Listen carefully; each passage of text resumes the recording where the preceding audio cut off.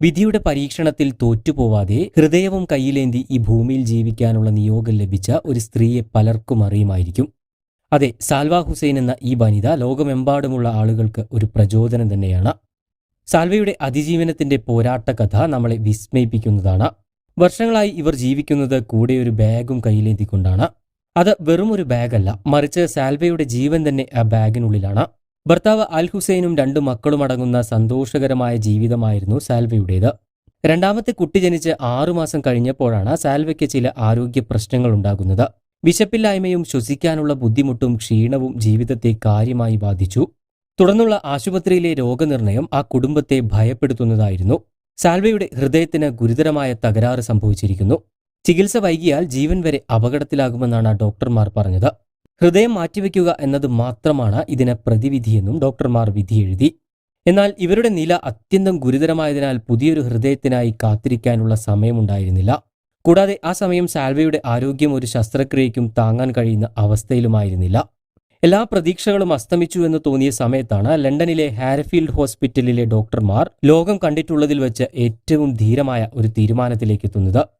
സാൽവയുടെ ജീവൻ നിലനിർത്താൻ അവരുടെ രോഗം ബാധിച്ച ഹൃദയം നീക്കം ചെയ്യപ്പെടുകയും പകരം ബാറ്ററിയിൽ പ്രവർത്തിക്കുന്ന ഒരു കൃത്രിമ പമ്പ് സ്ഥാപിക്കുകയും ചെയ്യുന്നു. ഈ കൃത്രിമ ഹൃദയം പ്രവർത്തിപ്പിക്കാൻ ആവശ്യമായ മോട്ടോറും ബാറ്ററിയും കൺട്രോൾ യൂണിറ്റും അടക്കം ഏകദേശം 7 കിലോ ഭാരം വരും.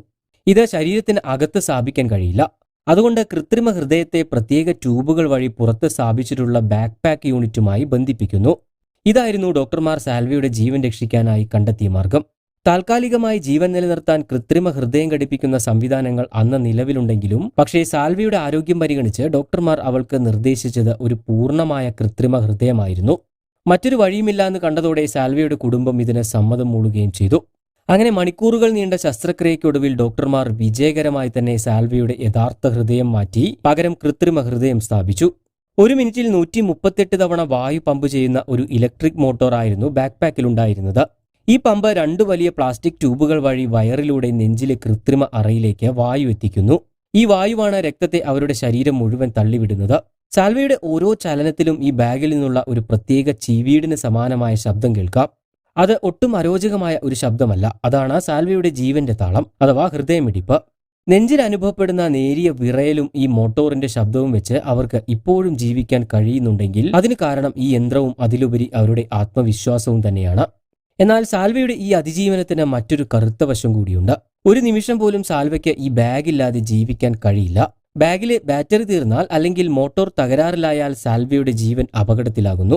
എന്ത് തകരാറ് സംഭവിച്ചാലും പിന്നീട് സാൽവയ്ക്ക് മുന്നിലുള്ള സമയം എന്ന് പറയുന്നത് വെറും 90 സെക്കൻഡുകൾ മാത്രമാണ്. ആ 90 സെക്കൻഡിനുള്ളിൽ സ്റ്റാൻഡ് ബൈ ആയി വെച്ചിട്ടുള്ള മറ്റൊരു ബാക്ക് പാക്ക് യൂണിറ്റുമായി അവളെ ബന്ധിപ്പിച്ചേ മതിയാകൂ.